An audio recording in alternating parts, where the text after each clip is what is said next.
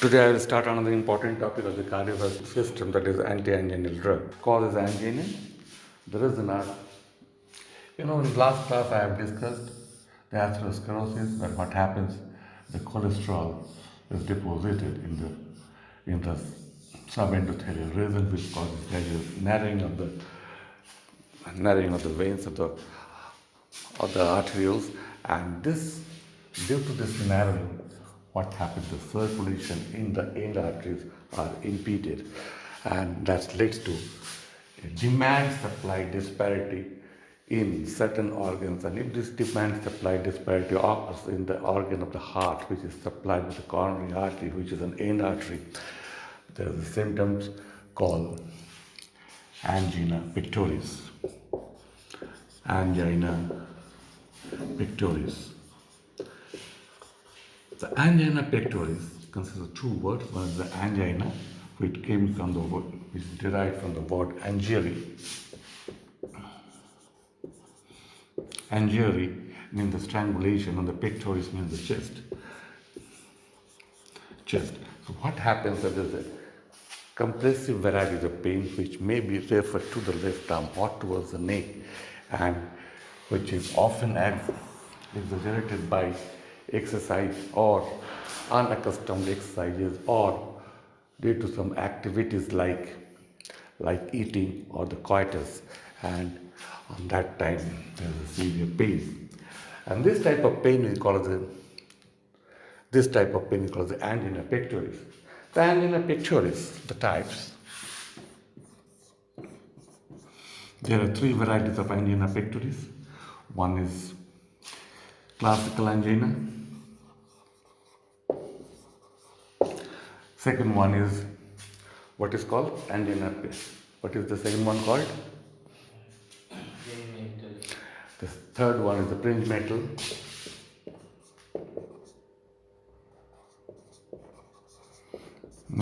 And second one? Same thing as vasospastic. And the second one is? This is otherwise called the stable angina, unstable angina, and the pringemetal angina. So what happens here, due to the exercises, there is an increased demand of the oxygen. And here what happens, the second variety, what happens, there is an atherosclerotic plaque. This atherosclerotic plaque, they at times rupture where there is a platelet aggregation and leading super added with vasospasm lead to this unstable angina. The pringemetal angina is due to vasospasm. Therefore, the treatment is aimed at dilate this coronary artery, and that can be achieved by the following group of drugs. What are those drugs? The drugs of the angina can be classified into, it may be nitrates, it may be beta blocker, it may be calcium channel blocker, it may be potassium channel opener, and the miscellaneous variety. The angina is the demand supply disparity. So what happens when you give nitrate? The nitrate is set to the prodrug, which donates the nitric oxide NO when it is given in circulation. So the oxygen demand is more or oxygen supply is less, leading to the angina. And what the nitrate does, it dilates the vein, and as a consequence, what happens? As a consequence, the venous return to the heart is decreased. Since the venous return of the heart is decreased, the preload of the heart is decreased, and when the preload of the heart is decreased, on that time, the effort for the heart to produce work is decreased, and the oxygen demand is decreased, and your condition, angina, is taken care of. Now, how nitric acid works? This nitrate works. This nitrate converts. It triggers the formation. It stimulates guanylyl cyclase, and when the guanylyl cyclase is stimulated, there is the formation of the cyclic MP, cyclic GMP, and this cyclic GMP helps in the sequestration of the calcium from the cells of the vascular smooth muscle, leading to relaxation of the vascular smooth muscle and the heart dilates. Apart from this, it also dilates the bigger veins, and therefore it may cause decrease in the blood pressure. And as a decrease in the blood pressure, there is a chance of the reflex tachycardia, which is deleterious for this or for this anginal effect. So, for this anginal effect. Now, the nitrates may be classified into long-acting and short-acting nitrates. The short-acting nitrates are the nitroglycerin or the amyl nitrates, and the long-acting nitrates are isosorvite mononitrate, 5-mononitrate, or isosorvite dimononitrate, or pentylene, these are all some, or ethyl tetranitrate. These are all the examples of long-acting nitrates. Nitrates cannot be given by oral route, the short-acting nitrates particularly, as because they are metabolized in the liver and their bioavailability is less, therefore has to be given by the sublingual route. The shorter nitrates. Historical importance of nitrates, that Alfred Nobel, he himself was treated by this nitrate by his consultant general physician. The nitrate has got several, apart from its anti-anginal effect, it has got several other activities. It is used for other therapeutic uses, and those are, it may be used for therapeutic use of nitrate. Nitrate, it may be used for the angina pectoris,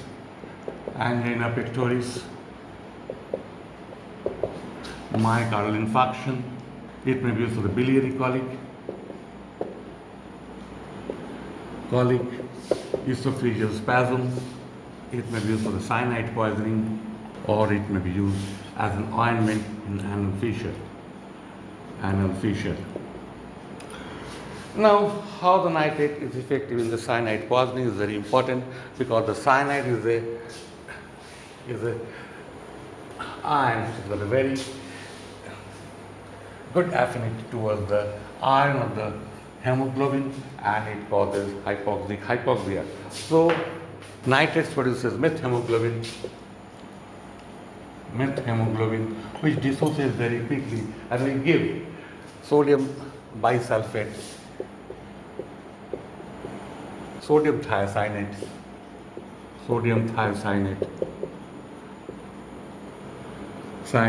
and which is excreted to the urine. Therefore, I repeat, cyanide has got a very good affinity for the iron of the hemoglobin, and leading to the hypoxia, leading to the death. So when nitrates are given, it produces methemoglobin dissociates very quickly. Simultaneously given sodium bisulfate or sodium sulfate will cause sodium thiocyanate. Sodium thiocyanate is easily soluble in water and is in urine. So these are some of the uses of the nitrates. Now, one of the important side effect or difficulty in giving nitrate, it causes tolerance. The different mechanism which produces tolerance is the production of the enzyme, induction of the enzyme which metabolizes nitrate, and that is your thiolase enzyme. And there are other mechanisms which is involved in the cyanide tolerance are: number one, volume expansion, or there is liberation of neurotransmitters. Now, the calcium channel blocker, they are basically vasodilator. When we talk of the calcium channel blocker, three types of calcium channel blocker. There are three types of calcium channel, what we call as a receptor operated calcium channel, one we call as the voltage gated calcium channel, and one we call as the leak channel. The classical calcium channel blocker, they inhibit the voltage gated calcium channel, and the voltage gated calcium channels are also the two varieties. One is the long acting, one is the transient acting L variety or the T variety. Classically, the voltage gated calcium channel L variety is inhibited by the calcium channel blocker. The different drugs of the there's a big list of drugs which enlisted in the list of calcium channel blocker, but the prototype is verapamil and the diltiazem. The another drug which is used for the angina is the beta blocker. The beta blocker, what it does, it decreases the heart rate. When the heart rate is decreased, the cardiac output is decreased. When the cardiac output decreases, the oxygen consumption is decreased. And apart from this,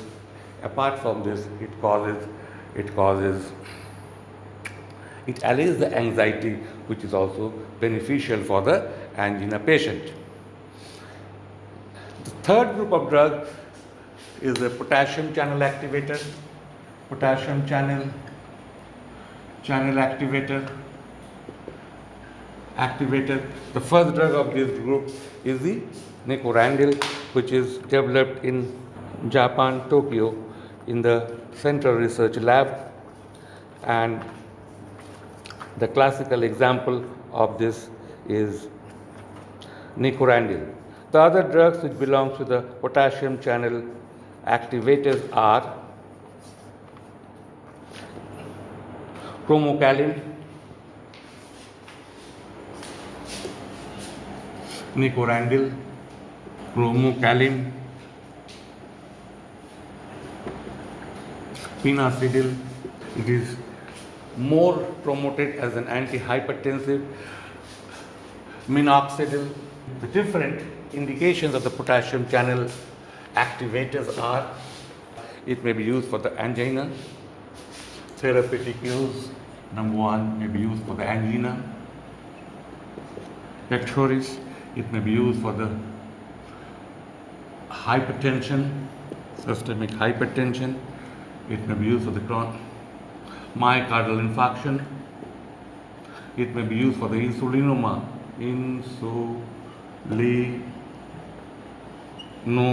It is used as a alopecia, the loss of hair in the scalp, and the drug is the minoxidil. It may be used for the bronchial asthma. It may be used for the Raynaud's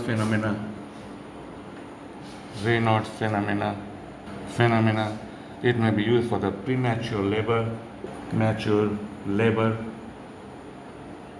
or it may be used for the penile erectile disorder. So these are some of the uses of potassium channel activator. Among the miscellaneous group, there is a different approach. It is increasing the circulation. The different miscellaneous groups are trimetazidine, trimethazidine. It inhibits LC3-CAT enzyme, long chain 3 ketoacyl transferase. This enzyme is inhibited. What happens in infarction of the ischemia patient? The metabolism, heart gets its energy for contraction from the fat, and fat requires more oxygen for their metabolism. So when this enzyme is inhibited, it shifts the fat metabolism to the carbohydrate metabolism. Therefore, the oxygen requirement of the heart is decreased. The other drugs which is used is allopurinol,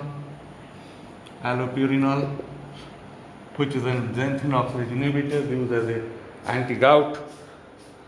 Then L-aspargine,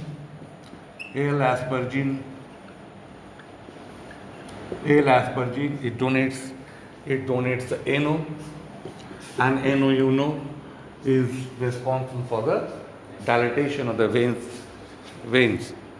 Ivabradine is a bradycardiac drug, and bradycardia means there's less oxygen consumption. Ranolazine, its mechanism is a metabolic modulator, just like trimetazidine. So there's some of the miscellaneous group of drugs which are used for angina pectoris. Now, I have mentioned the beta blockers. Nowadays, many new beta blockers are coming up, which has got added beneficial activity on this angina pectoris patient. Beta blocker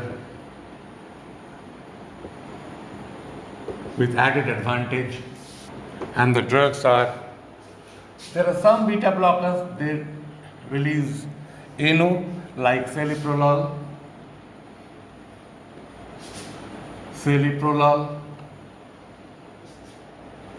nebivolol, then cartiolol. There are some beta blockers which has got beta 2 agonistic activity, beta blocker with beta 2 agonistic activity. That means they may be effective in angina with bronchial asthma, and the drugs are the celiprolol and cartiolol.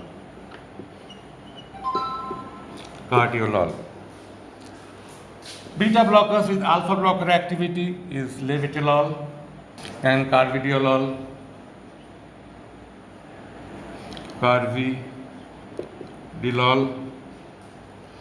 Beta blockers with the calcium channel activity are the carvedilol and betoxolol. There are some beta blockers which is the potassium plus channel opener activity like tilizolol. And there are some beta blockers which has got an antioxidant property like carvedilol. This is a newer generation of the beta blockers which has got the added advantage as an anti-angina, which one must know. Now, there is a drug dipyridamole which was used as an anti-anginal, but it's not very effective drug because it causes Still syndrome. Now, what is Still syndrome? Suppose this is our coronary artery bifurcated. This portion is supplying, this portion is supplying this portion of cardiac myocyte, and there's an atherosclerosis formation here. That means this portion is relatively ischemic. So what the dipyridamole does, it dilates this normal artery more. That means this portion will be more perfused, and this portion will be deprived of the circulation, and this anginal effect will be further aggravated, and this we call it the coronary Still syndrome. Now one must know what are the properties of an ideal anti-anginal drugs. Your ideal anti-anginal drugs. The ideal anti-angin drug should be selectively dilates. It should selectively dilate coronary artery. It shouldn't have any effect on cardiac output, heart rate, BP, oxygen consumption of the heart. Should protect the heart from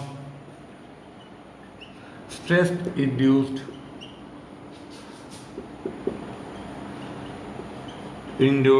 adrenergic effect.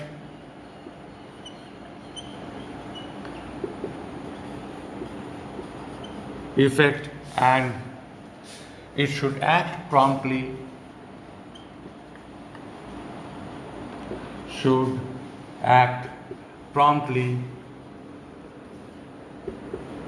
For prolonged period.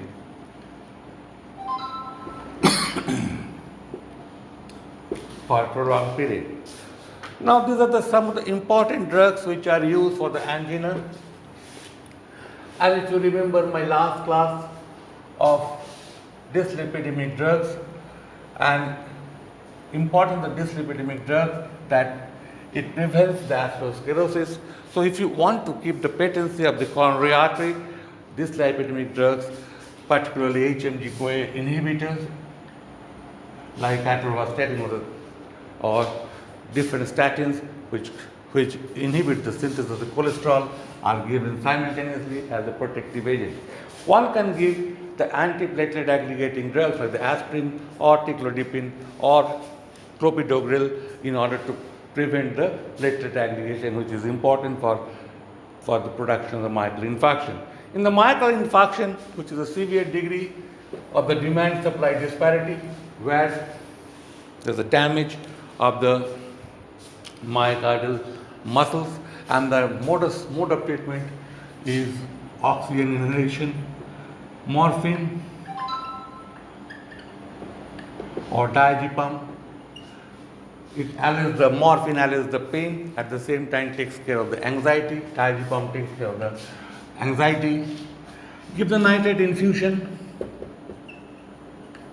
If the myocardial infarction is due to thrombus formation, then streptokinase, urokinase or altiplate, which are the plasminogen activators, can be given. One can give the beta blocker. One can give ACE inhibitors, ARB, angiotensin receptor blocker, and others has to be given according to the symptoms. The other modes of treatment of this coronary artery disease is CABG, or the coronary artery bypass, and introduction of a stent. The stent is a mechanical device to take care of this coronary artery disease, but this stent may get restenosed, and just to inhibit this restenosis, there are drug-eluting stents, like the mechano-pharmacological drugs, stenting, and the different drugs which are given in the stent is the sirolimus or tacrolimus. So this is in brief all about anti-anginal drug or the drugs for the coronary artery disease. Thank you very much.